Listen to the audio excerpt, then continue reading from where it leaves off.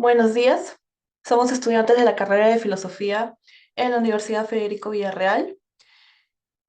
Somos de segundo semestre y pues el día de hoy vamos a hacer para el curso de Lógica un resumen y análisis acerca del primer capítulo de este libro titulado Una brevísima introducción a la lógica, el cual su autor es Graham Priest, como pueden ver en pantalla. Así que comenzando, los integrantes es primero quien les habla, Melanie Stephanie Rojas Lajara Torres, Carlos Bicharra Basauri y Francisco Córdoba Torres. Ahora, en la tabla de contenidos podemos ver que vamos a tratar tres puntos principales. El primero, un breve resumen acerca de este primer capítulo. Lo segundo, aspectos que nos parecieron interesantes o que pensamos de que es importante recalcar acerca de este capítulo. Y el tercero, que sería pues lo contrario, el segundo punto. Aspectos con los que no estamos de acuerdo o no entendimos o que sentimos que el autor no le faltó, en este caso, mencionar. Ahora, empezando con el resumen del capítulo, con el primer punto, primero hay que hacer una breve introducción acerca del autor, sobre quién es Graham Priest. Él es un filósofo conocido por su defensa del dialeteísmo y sus análisis de las paradojas semánticas. Él es de Londres y estudió filosofía en la Universidad de Cambridge y en la London School of Economics. Y sus contribuciones al estudio de la lógica paraconsistente son ampliamente celebradas en la comunidad internacional. Él tiene varios libros acerca de este tema de la lógica. El libro que vamos a tratar el día de hoy es este, como pueden ver en pantalla. Su año de publicación es el año 2000, en octubre del año 2000.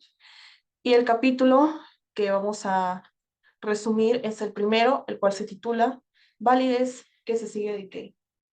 Ahora le doy pase a mi compañero para que resalte el primer punto, el cual es el resumen del capítulo. Gracias.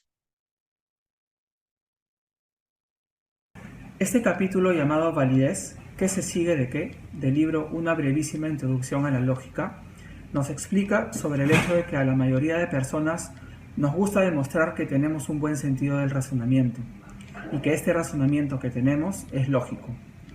Es como intentar constantemente dar a entender que pensamos y vemos las cosas de la manera correcta. De esta forma, este propio comportamiento que tenemos es una manera de criticar a los demás y al mismo tiempo dar a entender que somos nosotros los que tenemos la razón. Lo correcto es entender que todos razonamos, pero que todos razonamos basándonos sobre las cosas que ya sabemos.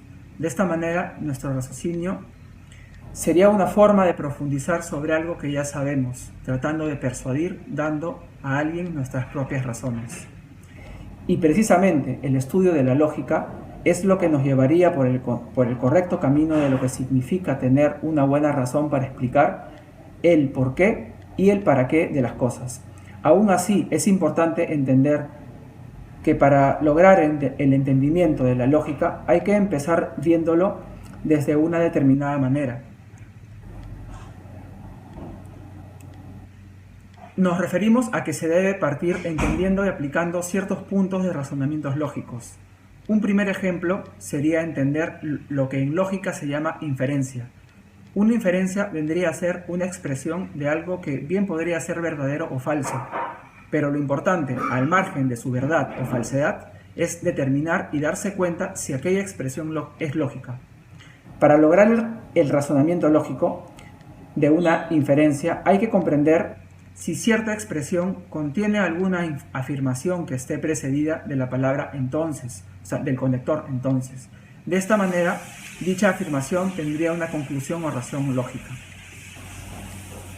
Para encontrarle la lógica a dicha expresión, debemos identificar que la afirmación llamada premisa en lógica tiene que guardar una relación coherente en cuanto a la conclusión que estaría situada luego de la palabra entonces. Por ejemplo, en la oración, Roma es la capital de Italia y este avión aterriza en Roma. Entonces, el avión aterriza en Italia. Aquí encontramos que la expresión tiene lógica, puesto que la conclusión, el avión aterriza en Italia, guarda relación coherente con la premisa que es Roma es la capital de Italia y este aterriza en Roma. independientemente de que si sea verdadera o falsa la premisa.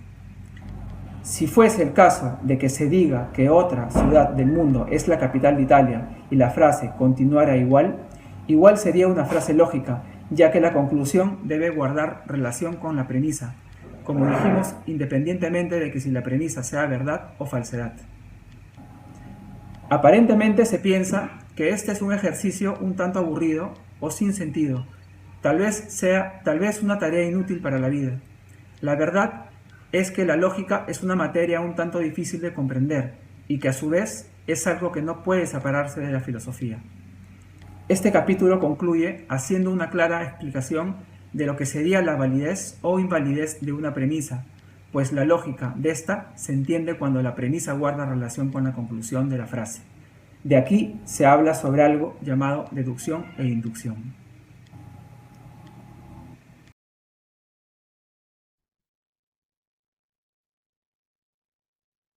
Bien, compañeros, soy Francisco Córdoba y continuando con esta parte, la número 2, ¿qué aspectos nos parecieron interesantes de la obra de el capítulo 1 de la obra de Graham Pearce? Podemos indicar que nos pareció interesante saber que es una inferencia lógica, ¿no? Es la idea de la inferencia se puede expresar de la manera siguiente. De las premisas verdaderas se obtienen solo conclusiones que son verdaderas. Es decir, si las premisas son verdaderas, entonces las conclusiones que se derivan lógicamente han de ser verdaderas. Graham Priest nos da un ejemplo. Él indica, Roma es la capital de Italia y este avión aterriza en Roma. Entonces, el avión aterriza en Italia. Acá he separado por colores las premisas y la conclusión. Las premisas serían, Roma es la capital de Italia, este avión aterriza en Roma. Entonces, sería el conector principal y el avión aterriza en Italia sería la conclusión. ¿Ok? Entonces, con este ejemplo podemos indicar que precisamente si las premisas son verdaderas, la conclusión que se deriva de ella también es verdadera. ¿Ok? Listo. El segundo aspecto que nos pareció interesante era que es una validez directa. El autor nos señala dos ejemplos. El primero indica, si el ladrón hubiera entrado por la ventana de la cocina, habría huellas afuera, pero no hay huellas, ¿no? Así pues, vendría a ser el conector principal. El ladrón no entró por la ventana de la cocina. Bien, aquí el ladrón no entró por la ventana de la cocina, es la conclusión que se deriva de las premisas, ¿verdad? Entonces, el autor sostiene que esto es una inferencia deductivamente válida. Bien, en un segundo ejemplo, hablando de la validez, da el siguiente ejercicio. Juan tiene manchas de nicotina en los dedos, por lo tanto, Juan es un fumador. Juan tiene manchas en la nicotina de los dedos, vendría a ser el las premisas. Por lo tanto, sería el conector principal y Juan es un fumador, vendría a ser la conclusión. Esto el autor indica que es una inferencia inductivamente válida. ¿Pero por qué inductivamente válida? En la misma obra sostiene que Juan podría haberse manchado los dedos de nicotina o algo que se parezca a nicotina y no necesariamente, o por eso no necesariamente tendría que ser un fumador. Da la apariencia de fumador. Entonces, por ese aspecto, por sembrar la duda, ¿no? El autor sostiene que esto es una inferencia inductivamente válida. ¿Cuáles son las principales ideas de este capítulo? Sostiene que la inferencia válida es aquella en la que la conclusión resulta de las premisas. Y una inferencia deductivamente válida es aquella en la que no hay situación donde todas las premisas sean verdaderas, pero la conclusión no. Bien, ¿se entiende? Una inferencia deductivamente válida es aquella en la que no hay una situación donde todas las premisas sean verdaderas. Acuérdense que las premisas están antes del conector principal. Por lo tanto, entonces, ¿verdad? Y la conclusión está después de esto. Y acá dice, pero la conclusión no. Son las principales ideas de este capítulo. Ahora, ¿qué aspectos no entendimos de este primer capítulo de la obra de Graham Press? Él sostiene que, o nos deja unas interrogantes en la obra, que dice que es exactamente una situación, qué tipo de cosas intervienen en su conformación y cómo se relacionan estas cosas entre sí, y qué es que sea verdadero, ¿no? Con estas preguntas nos induce precisamente a lo que nos trae a este curso y a lo que estamos estudiando, filosofía, ¿no? Y nos dice, hay un problema filosófico, que es verdad. El segundo punto, el autor habla de situaciones al explicarlas y sostiene que todos podemos distinguir entre cadenas gramaticales de palabras y cadenas no gramaticales de nuestra lengua materna sin mayor problema. Asimismo, que hay un número infinito de oraciones gramaticales y no gramaticales. Podemos entenderlo, ¿verdad?